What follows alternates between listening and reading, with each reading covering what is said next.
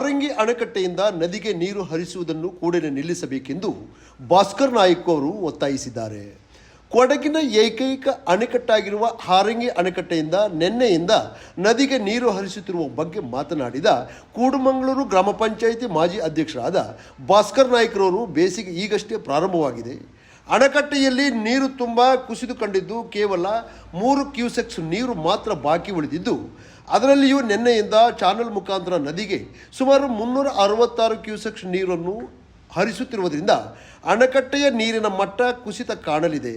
ಅಣೆಕಟ್ಟೆಯ ನೀರನ್ನು ಅವಲಂಬಿತವಾಗಿರುವ ಹಾರಂಗಿಯಿಂದ ಶ್ರೀರಂಗಾಲದವರೆಗಿನ ರೈತರಿಗೆ ತೀರ ಸಂಕಷ್ಟ ಉಂಟಾಗಲಿದೆ ಮತ್ತು ಸೋಮರ್ಪೇಟೆ ಜನರು ಕೂಡ ಹಾರಂಗಿ ನೀರನ್ನೇ ಕುಡಿಯಲು ಅವಲಂಬಿತವಾಗಿರುವುದರಿಂದ ಈ ಕೂಡಲೇ ಜಿಲ್ಲಾಡಳಿತ ಮತ್ತು ಸರ್ಕಾರ ಇತ್ತ ಗಮನ ಹರಿಸಿ ಈ ಕೂಡಲೇ ನದಿಗೆ ಹರಿಸುತ್ತಿರುವ ನೀರನ್ನು ನಿಲ್ಲಿಸಬೇಕು ಎಂದು ಒತ್ತಾಯವನ್ನು ಮಾಡುತ್ತೇವೆ. ಇಲ್ಲವಾದಲ್ಲಿ ಅಣೆಕಟ್ಟೆಯ ಎದುರು ಉಗ್ರ ಹೋರಾಟವನ್ನು ಮಾಡುವುದಾಗಿ ಅವರು ಎಚ್ಚರಿಕೆಯನ್ನು ನೀಡಿದರು.